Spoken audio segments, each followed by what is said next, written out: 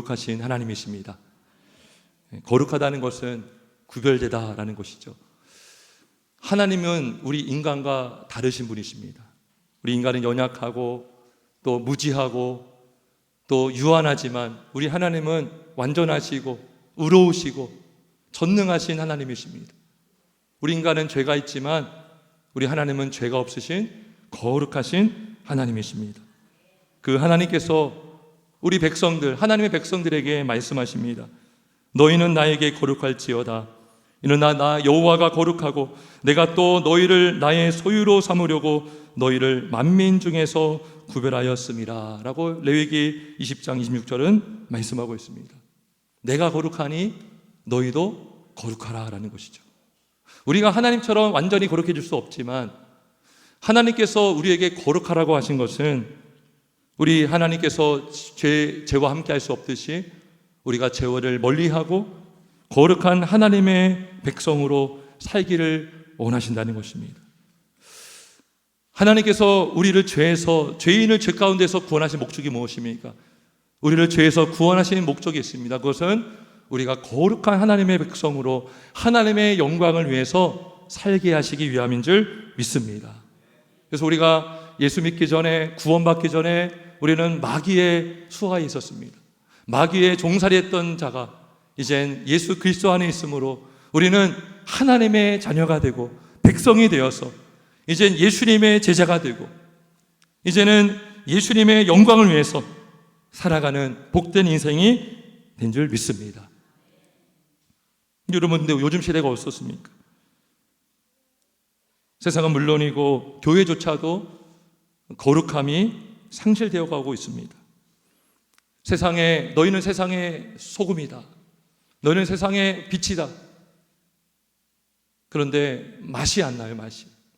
짠맛이 나야 되는데 맛을 잃어버린 시대가 아닌가 생각해 봅니다.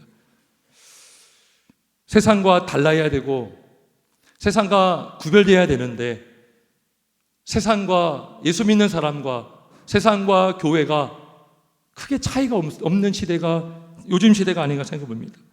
여러분, 적어도 기독교인 하면 하나님의 창조를 믿고 하나님의 6일 동안 각기 종류대로 아무것도 없는 곳에서 이 생명체를 만드셨다는 것을 믿어야 되는 게 맞지 않습니까? 근데 기독교인이라고 하면서 진화론을 믿는 사람도 많습니다. 점점 많아지고 있습니다. 처음에 시작은 하나님이 했지만 진화론자들이 말하는 것처럼 모든 우리 인간까지도 진화됐다고 그들은 믿고 있습니다. 그리고 동성애까지 심지어 옹호하고 지지하는 기독교인들도 많아지고 있습니다. 심지어 목사님들까지도 지지하는 분들도 있습니다. 2019년도에 인천에서 퀴어 축제를 했습니다. 동성애자들이 모여서 하는 축제인데 거기서 감리교단에 속한 한 목사님이 그들 향해 축복기도 해주셔서 이제 파면을 당했습니다. 그리고 외국에서는요, 동성애 목사님들이 강단에 서서 말씀을 전하기도 합니다. 지금 시대가 이렇게 되었습니다. 교회와 기독교가 이러한 거룩함이 상실되어 가고 있을 때에 예수를 믿고 있다라고 하는 성도님들, 또 목사님들, 우리 모두가 정말 간절히 해야 될 것은 바로 기도인 줄 믿습니다. 눈물의 기도인 줄 믿습니다. 오늘 설교 제목은 에스라의 기도입니다. 에스라가 처했던 상황도요, 오늘날과 크게 다르지 않습니다. 굉장히 거룩이 상실되어 가고 그리고 영적으로 암울한 이 상황 속에서 에스라는 눈물로 통회하면서 가슴을 치면서 기도하는 내용들이 있습니다. 오늘 우리 모든 이곳에 있는 우리 모두가 대한민국 또 이 나라의 영적 위기 상황을 우리가 깨닫고 인식하면서 기도자로 일어나기를 주님의 이름으로 축원합니다. 오늘 본문에 들어가기 앞서서 잠시 오늘 본문의 배경을 좀 말씀을 드리려고 합니다. 에스라가 활동했던 시기는 이스라엘의 포로 교환했던 시기입니다. 처음에 북이스라엘이 아수르의 멸망을 당했고 그 다음에 남유다가 바벨론의 멸망을 당했습니다. 남유다는 3번에 걸쳐서 포로로 끌려갔습니다. 근데 바벨론에 의해서 망하고 바벨론의 나라에 끌려갔는데 그 사이에 세계 패권이 바뀌어 버렸어요. 이스라엘이 멸망당했을 때는 바벨론이 세계 패권을 장악하고 있는 때였습니다. 근데 바사라는 나라가 있습니다. 성경은 바사고 오늘날로 말하면 페르시아입니다. 페르시아라는 나라가 패권을 장악해서 바벨론을 멸망시켰습니다. 그래서 자연스럽게 바벨론으로 끌려갔던 이스라엘 백성들은 바사라는 나라에 속국이 되었습니다. 근데 하나님의 은혜로 고레스 왕, 바사 왕 고레스 왕 때 고레스 왕이 칙령을 내려서 이스라엘 백성들이 고국으로 돌아갈 수 있는 허락을 받게 되었습니다. 그게 참 은혜였습니다. 그래서 예루살렘 성전을 재건했습니다. 1차 때 귀환했던 사람이 바로 스룹바벨입니다. 그래서 스룹바벨을 중심으로 해서 예루살렘 성전이 재건이 되었습니다. 그리고 2차 때 또 귀환이 이루어집니다. 그때 에스라가 귀환을 했고, 에스라는 율법 학자로서 1차 때 외적인 성벽이 재건됐다면, 성전이 재건됐다면 2차 때 에스라는 영적 재건 운동에 힘썼던 사람이 바로 에스라입니다. 자, 근데 오늘 본문을 보니까 에스라가 굉장히 실망하는 모습을 우리가 볼 수 있습니다. 왜 실망을 했는가? 1차 때 먼저 귀환했던 사람들의 상태를 보면서 에스라는 기가 차서 너무나 놀라고 너무나 실망하는 모습을 우리는 볼 수가 있습니다. 4가지 문제가 있었습니다. 첫째 문제는 뭐냐 하면 이것입니다. 먼저 포로에서 귀환했던 사람들은 가나안 땅에 남아있었던 이방 사람들과 이방 사람들의 가증한 풍습을 따르고 있었다는 것입니다. 우리 1절을 한번 같이 읽어봅니다. 9장 1절 같이 읽습니다. 시작.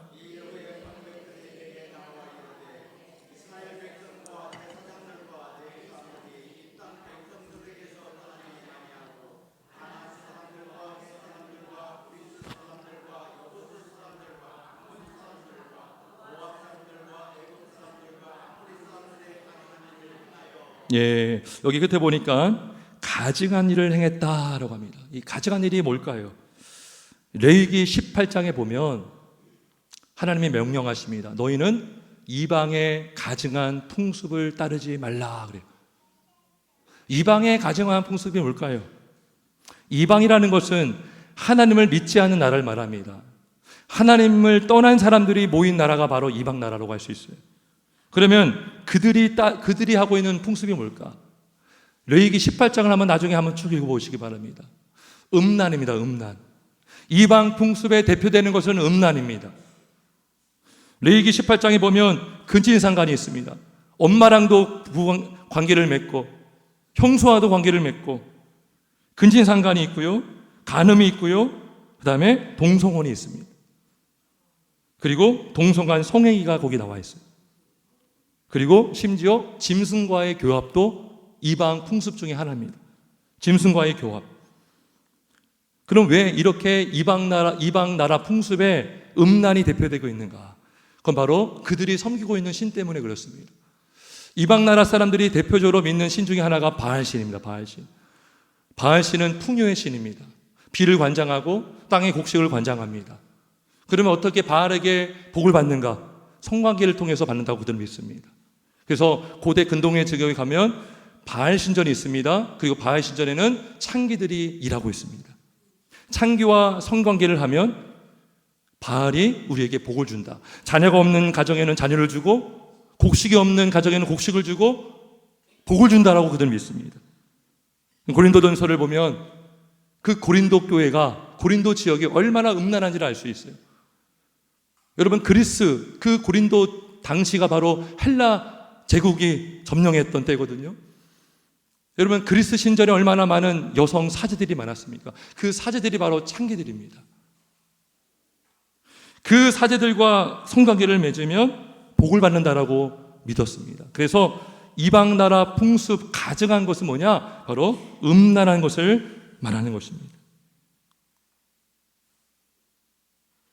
우상을 섬겨서 가증한 일을 행해서 포로로 끌려갔는데 포로에서 귀환한 사람들이 정신 못 차리고 여전히 이방의 가증한 풍습을 따르고 있는 것을 에스라가 보고 기가 막혔던 거예요.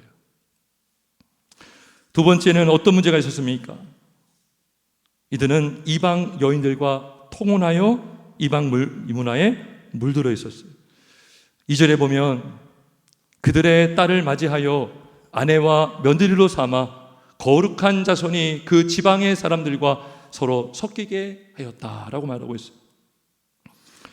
섞였다는 것이죠. 여러분, 왜 노아 때 홍수가 일어났습니까? 섞였기 때문인 것입니다. 6장에 하나님의 아들들이 사람의 딸들과 결혼했기 때문에 홍수가 일어난 것입니다. 하나님은 거룩하시기 때문에 그 거룩성을 상실하고 섞이는 것을 되게 싫어하십니다. 그래서 이들은 아내와 며느리로 이방의 사람들의 사람들을 아내와 며느리로 삼았다는 것입니다. 여러분, 근데 통혼 결혼이 왜 위험하느냐? 그 사람만 들어온 것이 아니라 그 사람이 다른 신을 믿고 있다면 그 신을 섬기는 우상 문화까지 들어오게 되는 것입니다. 왜 이스라엘 백성들이 왜 가시관을을 행했을까? 왜 그들이 그런 이방 문화에 젖어 있을까? 이유는 간단합니다. 그들과 결합되었기 때문인 것입니다. 그들과 통혼했기 때문에 이방의 문화도 같이 가정에 들어왔고 그 민족 안에 들어온 거예요. 대표적인 예가 바로 아합과 이세벨의 결혼입니다. 아합은 누굽니까? 이스라엘의 왕입니다. 그런데 이세벨은 누굽니까? 시돈 사람 엣바알의 딸입니다. 딸. 이방 여인이에요. 이방 여인. 그리고 이세벨의 아버지는 엣바알이에요. 엣바알. 엣바알의 뜻이 뭔지 아십니까? 바알과 함께한 자입니다. 그러니까 이세벨의 아버지는 아주 골수 분자인 거예요. 아주 바알을 섬기는 아주 골수 신자인 것입니다. 그러한 가정에서 태어났고 그런 가정에서 자랐다면 이세벨이 얼마나 바알을 섬기는 자가 되었겠습니까? 아니나 다를까 열왕기상을 보면 아합 이세벨과 결혼하고 그 나라에 뭘 만듭니까? 바알 신전을 만들어요. 이스라엘 왕 중에 가장 악하고 악한 왕이 누굽니까? 아합 왕이지 않습니까? 그 아합 왕이 악행을 행하는데 가장 가까이서 부추긴 사람이 바로 이세벨입니다. 이세벨. 나봇의 토보원을 빼앗기 위해서 나봇을 죽이지 않았습니까? 아합 시대 때 바알 신전이 세워졌어요. 누구 때문에? 이세벨 때문에. 이세벨을 아내로 맞이하고 며느리로 맞이했기 때문에 그 나라에 그 신전이 세워지게 된 것입니다. 여러분, 신앙이 같아도 부부 생활이 쉽지가 않아요. 그렇지 않습니까? 하지만 신앙이 같으면 함께 하나님께 엎드릴 수 있어요. 할렐루야. 근데요, 신앙이 다르면 너무나 힘들어요. 그가 믿지 않는 남편이, 믿지 않는 아내가 회개를 하겠습니까? 엎드리겠습니까? 하나님을 찾겠습니까? 믿음의 배우자를 만나는 것이 참 중요한 줄 믿습니다. 근데요, 오늘날 어떻습니까? 이방 여인은 둘째치고 이제 남자 며느리, 여자 사이를 맞이하는 시대가 되었습니다. 기가 막히지 않습니까? 이제 믿는 자냐 믿지 않느냐 이거는 이제 둘째 문제고, 이건 둘째치고 이제는 우리 며느리가 제발 딸이길 바란다, 여자이길 바란다, 우리 사이가 남자이길 바란다. 이 기도 제목이 되었어요. 우리나라 동성 커플이 점점 많아지고 있습니다. 동성 커플들이 운영하는 유튜브 채널이 너무나 많습니다. 아주 유명한 구독자 수가 굉장히 많은 한 커플은 한국에서 동성 결혼이 안 되니까 외국에서 결혼을 해서 부부가 되었습니다. 근데요, 놀라운 것은 그 유튜브를 보는 사람들이요, 다 축복을 해주더라고요. 이런 현실을 발견하기도 하듯이 지난 7월에 대법원에서 동성 커플에게도 건강보험 피부양자 자격을 부여해 주었습니다. 동성결혼도 합법화가 안 됐고 차별금지법도 합법화가 되지 않았는데 이미 사법부에서 두 관계를 부부로 인정해 준 것입니다. 그리고 이 판결이 있자마자 동성 커플 22커플이 소송을 걸기 시작합니다. 지금 여러 소송이 막 일어나고 있습니다. 우리를 부부로 인정해 달라. 대법원에서도 우리를 피부양자로 인정해 줬다면 우리가 부부가 되지 못할 이유가 뭐가 있느냐 하면서 지금 우수성격으로 지금 소송이 계속 일어나고 있습니다. 그리고 더 나아가서 무엇을 요구하느냐? 성전환 수술을 하지 않아도 성별을 정정할 수 있게 해달라고 그들은 요구하고 있습니다. 이렇게 되면 어떻게 되느냐?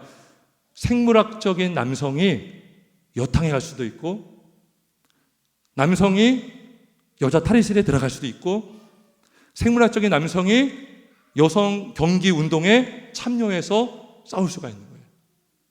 여러분 파리올림픽 다 보셨죠?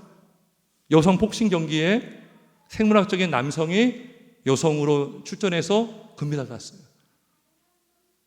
46초 만에 상대방 여성이 기권해 버렸습니다. 목숨을 잃을까 봐 너무나 충격을 받았어요. 46초 만에 기권을 했어요. 시작에 불과하다는 것입니다.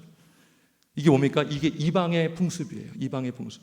음란. 여러분 파리올림픽 그 개막식 얼마나 보셨습니까? 역겹지 않으셨습니까? 기독교를 조롱하고 예수님의 제자들이 다 여장을 하고 그러한 모습을 우리가 보았습니다. 여러분 또 에스라의 마음을 아프게 했던 게 뭡니까? 바로 이러한 일에 고관들이 더욱 으뜸이 되었다는 거예요. 우리 2절 한번 보겠습니다. 2절에 보면 이렇게 말합니다. 서로 섞이게 하는데 방백들과 고관들이 이 죄에 더욱 으뜸이 되었다 하는지라. 으뜸이 되었다 하는지라. 여러분 방백들과 고관들이 누굽니까? 지도자들을 말하는 것입니다. 위정자들을 말하는 것입니다. 그 민족의 지도자들을 말하는 거예요. 근데 이들이 여러분 오늘 우리나라에도 위정자들은 누굽니까? 대통령, 국회의원, 국무위원들 그런 사람들을 우리가 말한다면 그들의 역할이 뭡니까? 그들이 왜 세워진 것입니까? 국민을 보호하기 위한 거거든요. 가정을 지켜주는 거예요. 행복을 지킬 수 있도록. 헌법에 여러분 모든 국민은 행복을 추구할 권리가 있다 그래요. 그런데요 세상은 너무나 잘못된 행복을 추구합니다. 그러면 국가라면 바른 행복, 바른 윤리를 추구할 수 있도록 도와줘야 되는 게 위정자 아니겠습니까? 여러분 그런데 놀라운 것은 위정자들이 먼저 앞장서서 지금 동성애 동성혼을 합법화할 수 있는 길을 열어줄 수 있는 차별금지법을 21대 국회 때 여러 명의 국회의원들이 발의를 했어요. 포괄적 차별금지법, 평등에 관한 법률안, 평등 및 차별의 금지에 관한 법률안, 이름만 조금씩 바꾸는데 내용은 다 같아요. 하나를 안 되면 이걸로 통과시키려고. 그래서 24명, 13명, 17명, 10명, 그리고 복수 법안 발의한 의원들이 37명이나 됩니다. 여러분 이들의 역할이 뭡니까? 가정을 지켜줘야 되죠. 우리 자녀를 지켜야 되지 않습니까? 근데 오히려 가정을 망치는 일로 앞장서고 있어요. 여러분 지난 9월 초에 국가인권위원장 후보 청문회가 있었습니다. 그때 후보로 나온 분이 안창호 위원장이세요. 정말 독실한 기독교 신자입니다. 교회 장로님이시고. 근데요 그분이 청문회 자리에 앉아서 나는 차별금지법을 반대합니다 그랬어요. 나는 창조론이 맞다고 믿습니다 라고 했어요. 그랬더니 그 질문하는 의원이 뭐라고 했습니까? 안창호를 향해서 보수 기독교 탈레반 주의자라고 말했어요. 저는 놀랐어요. 왜냐하면 그렇게 말한 사람이 기독교인이라고 했거든요. 여러분 기독교인이 창조를 믿는 게 잘못된 것입니까? 여러분 기독교인이 동성애가 죄라고 잘못된 것이라고 말하는 것이 잘못된 것입니까? 아니죠. 근데 같은 기독교인이 그렇게 주장한다고 탈레반 주의자라고 몰아간 거예요. 이런 일에 누가 앞장서고 있습니까? 고관들이 앞장서고 있다는 것을 우리가 볼 때에 예수를 믿는 우리가 마음이 아픈 것입니다. 그리고 또 에스라의 마음을 아프게 했던 것이 무엇입니까? 그것은 바로 이렇게 행동하는 사람들이 하나님의 큰 은혜를 받은 사람이라는 거예요. 이미 하나님의 큰 은혜를 받은 사람들이 하나님의 은혜를 저버리고 하나님의 계명을 저버리고 이러한 일들에 앞장섰다는 거예요. 우리 9절과 10절을 같이 한번 읽어보겠습니다. 9절과 10절입니다. 시작.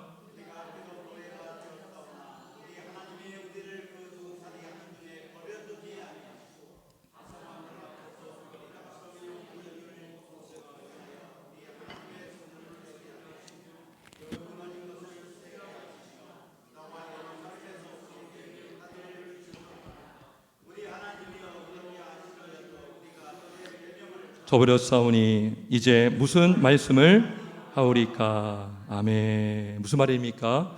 지금 이들은 먼저 1차로 귀환했던 사람들입니다. 여러분, 평생토록 포로로 살아야 되는 인생들인데 하나님께서 이방 왕의 마음을 감동시키셔서 그들을 고국으로 돌아가게 하시고, 그래서 여러분 9절에 보면 바사왕들 앞에서 우리가 불쌍히 여김을 입었다는 것이죠. 누굴 통해서? 하나님께서 그렇게 은혜를 베푸셨다는 거예요. 그런데 10절에 보니까 우리 하나님이여 이렇게 하신 후에도 우리가 주의 계명을 저버렸사오니 이제 무슨 말씀을 하오리까. 주님 앞에 설 면목이 없다는 거예요.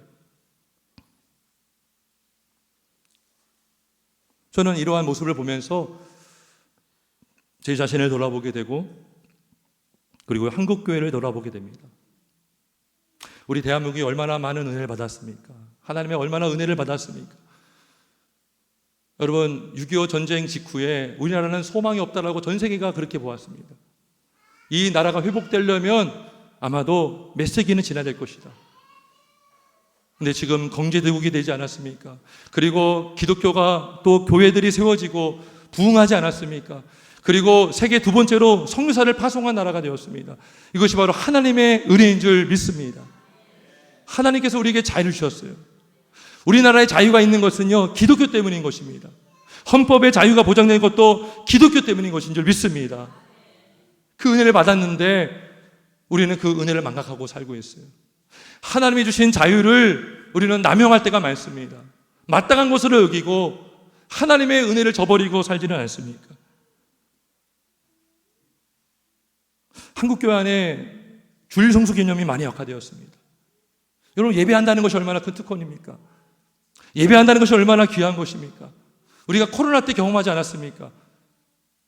그런데요, 주일 성수 개념도 약화되고 있고, 그래도 옛날에는요, 제가 한 10년 전만 해도 혼전순결에 대해서 굉장히 엄격했던 나라가 우리나라입니다.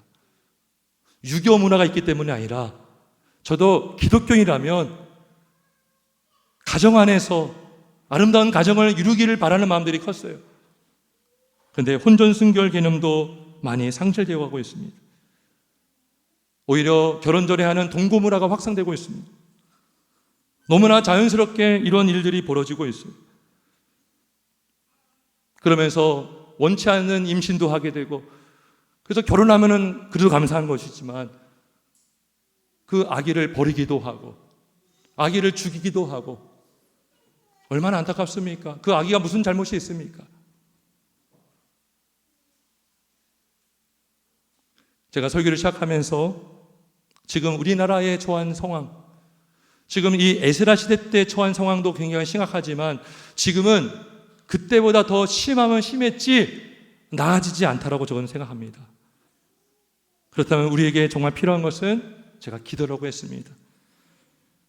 눈물의 기도가 있어야 될 줄 믿습니다. 간절한 주님의 은혜를 구하는 기도가 있어야 될 줄 믿습니다. 우리는 어떻게 기도해야 되는 것입니까? 첫째는 회개하며 기도하는 우리가 되길 주님의 이름으로 축원합니다. 회개하는 것입니다.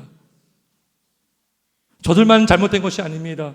여러분, 동성애 동성혼을 행하는 자들도 정말 큰 죄를 짓고 있지만 그들만 잘못이겠습니까? 우리 5절, 6절 한번 같이 읽어보겠습니다. 5절, 6절 시작.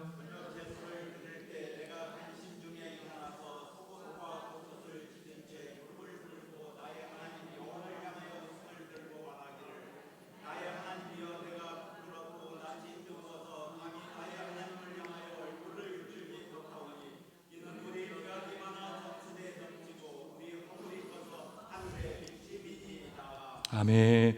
에스라는 백성들의 죄를 보면서 저들을 심판해 주세요라고 하지 않았어요. 나는 저들과 같지 않음을 감사합니다라고 바리새인처럼 기도하지 않았습니다. 에스라는 뭐라고 합니까? 우리 죄악이 많아 정수리에 넘치고 우리 허물이 커서 하늘에 미침이니이다. 그래서 저들의 죄악을 나의 문제로 인식했다는 것이죠. 나의 죄악으로 인식했다는 거예요. 가슴 아파하며 기도했습니다. 우리는 어떻습니까? 여러분, 동성애 동성애자들 또 동성애를 옹호하는 사람들을 보면서 여러분 가슴을 아파하고 있습니까? 여러분 사실 저도 그랬고 우리 모두는 무관심하지 않았습니까? 왜 기독교인인데 왜 진화론을 옹호하고, 왜 기독교인인데 왜 포괄적 차별금지법을 옹호하고, 왜 기독교인이라고 하면서 왜 같은 기독교 신자를 탈레반이라고 말하고 있을까? 목사님 저를 포함해서 우리 한국의 목사님들 또 많은 열방의 목사님들이 바르게 말씀을 전하지 않은 죄가 있기 때문이 아닌가 저는 생각해 보았습니다. 목사로서 큰 책임감을 느낍니다. 전해야 될 진리를 전하지 않았어요. 성도를 눈치 보고 이렇게 말하면 교인들이 떠나지 않을까, 너무나 보수 근본주의자로 몰아가지 않을까. 근데 여러분 성경을 성경으로 말하는 게 근본주의자입니까? 성경에서 말하는 그 말씀, 그 죄를 죄라고 말하는 것이 그게 잘못된 것입니까? 우리가 그것을 하지 않았어요. 여러분 목사님들 뿐이겠습니까? 우리 모든 부모님들, 지금 여기 계신 믿음의 우리 성도님들 다 가정에서 부모가 아닙니까? 믿음의 부모님들은 가정에서 제사장들 아닙니까? 가정에서 성경교사가 아닙니까? 하나님이 말씀하셨습니다. 너희는 주의 교훈과 훈계로 양육하라 그랬어요. 저도 목사이기 전에 부모입니다. 아빠입니다. 근데 저도요 회개합니다. 자녀들에게 말씀으로 양육을 못하고 있습니다.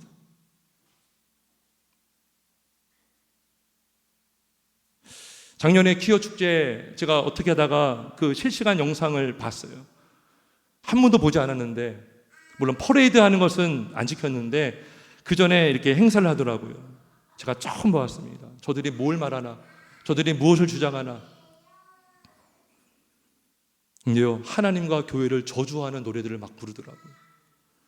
그리고 그 행사를 이렇게 사회 보는 여성분이 있었는데 자기가 권사 딸이라고 하더라고요. 마음이 아팠습니다. 그 부모는 얼마나 마음이 아플까. 그것도 권사님인데. 그리고 한편으로는 왜 우리에게 이런 일이 벌어지고 있는가? 왜 말씀으로 양육이 안 되고 있는가? 너무나 마음이 아픕니다. 우리가 저들을 뭐라고 하기 전에 먼저 우리 자신을 돌아볼 수 있기를 주님의 이름으로 축원합니다. 우리가 강단에서 목사님들이, 또 우리 성도님들이, 또 교회 장로님들이 성도님들을 정말 잘 돌아보며 그들의 신앙을 점검하고 있었는가? 저들이 잘못된 길로 가고 있는 것을 우리가 방치해두지는 않았는가? 우리가 무관심해 있지는 않았는가? 하나님의 복음을 우리가 정말 전하고 있었는가? 정말 우리가 복음의 풍성함을 우리 자녀들에게 보여주었는가? 교회의 영광을 그들이 느끼게 해줬는가? 왜 젊은이들이 교회를 떠나고 있는가? 왜 교회를 등지고 있는가? 우리 기성세대 우리 모두의 문제가 아닙니까? 다시 한번 회개하여 주 앞에 나가는 우리 모두가 되길 주의 이름으로 축원합니다. 회개하며 하나님께서 교회를 살리시고 가정을 살리시고 이 나라를 살려주실 줄 믿습니다. 그리고 우리가 기도할 것은 무엇입니까? 하나님의 은혜를 구하는 기도를 해야 되는 것입니다. 하나님의 은혜를 구하는 거예요. 우리의 죄를 회개하고 이 나라의 죄를 회개하고 또 교회의 죄를 회개했다면 이제 하나님 어떻게 하겠습니까? 이 나라를 회복시켜 주시옵소서. 이 나라가 거룩한 가정이 되게 하시고 거룩한 교회가 되게 하시고 거룩한 나라가 되게 하여 주시옵소서. 우리 에스라 8장 21절 한번 같이 읽어봅니다. 에스라 8장 21절, 에스라가 또 기도한 내용이 나옵니다. 에스라 8장 21절 같이 한번 읽어보겠습니다. 바로 앞장입니다. 21절 시작.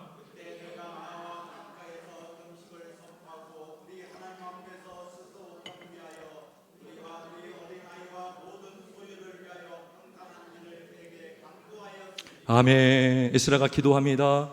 우리 어른들뿐 아니라 우리 어린 아이들의 평탄한 길을 허락하여 주시옵소서. 여러분 기성세대가요 그 길을 잘 닦아놔야 됩니다. 우리가 수고스럽더라도 우리가 정말 자녀들이 좋은 환경, 믿음의 환경에서 자라날 수 있도록, 믿음의 환경에서 결혼할 수 있도록 우리 믿음의 우리 선조들, 우리 기성세대가 기도될 줄 믿습니다. 에스라가 기도하기를 우리 아이를 포함시키고 있어요. 우리와 우리 어린아이와 모든 소유를 위하여 평탄한 길을 간구했다는 거예요. 하나님, 우리 자녀들의 평탄한 길을 허락하여 주시옵소서. 우리 자녀들이 바른 길로 갈 수 있도록 인도하여 주시옵소서.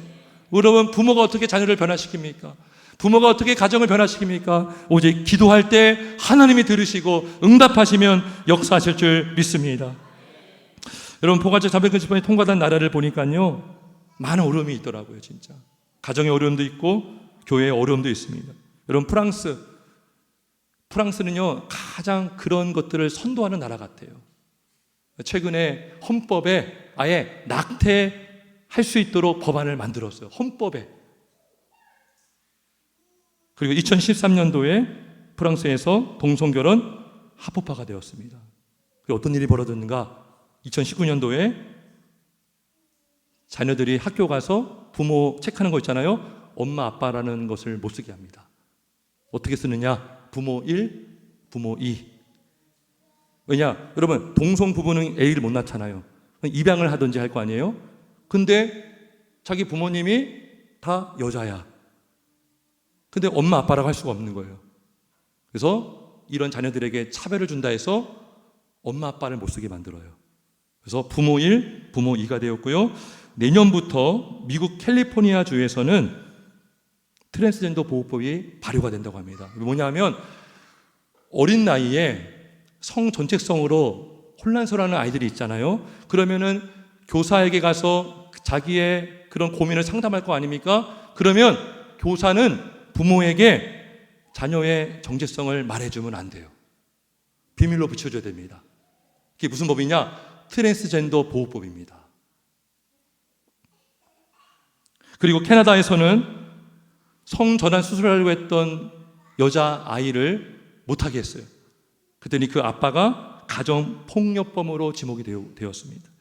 이게 지금 차별금지법이 통과된 나라에서 이루어지고 있는 일들이에요. 그러니까 차별금지법이 통과되면 동성혼 합법화는 그냥 됩니다.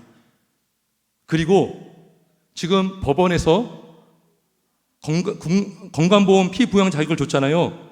그거 허용한 나라가 2년 안에 다 차별금지법이 통과가 됐고, 그것이 통과되면 동성혼이 합법화되고, 그러면 이런 일들이 벌어지는 거예요. 여러분, 이러한 일에 배후에 누가 있습니까? 마귀가 있습니다. 마귀. 하나님의 명령이 무엇입니까? 생육하고 번성하고 땅에 충만하라. 경건한 자손을 내라 그랬어요. 경건한 자손을 어떻게 냅니까? 결혼해야죠. 믿음의 사람들과 결혼해서 경건한 자손을 낳고 그 자손들이 가정을 이루고 교회를 이루지 않겠습니까? 마귀는 뭘 싫어합니까? 믿음의 가정을 싫어하는 거예요. 믿음의 가정에 모인 게 교회거든요. 교회가 허물어지기를 원하는 것입니다. 여러분, 우정과 사랑이 다르죠. 근데요, 어떻게 혼동시키냐면 동성애자들에게 야, 그거 사랑이야. 근데 애들이 헷갈리는 거예요. 그치, 남자들 우정이 있잖아요. 우정, 남자 간의 우정이 있잖아요. 근데 우정과 사랑을 혼동시켜서 동성애도 문제없다, 이렇게 지금 프레임을 만들어가고 있습니다.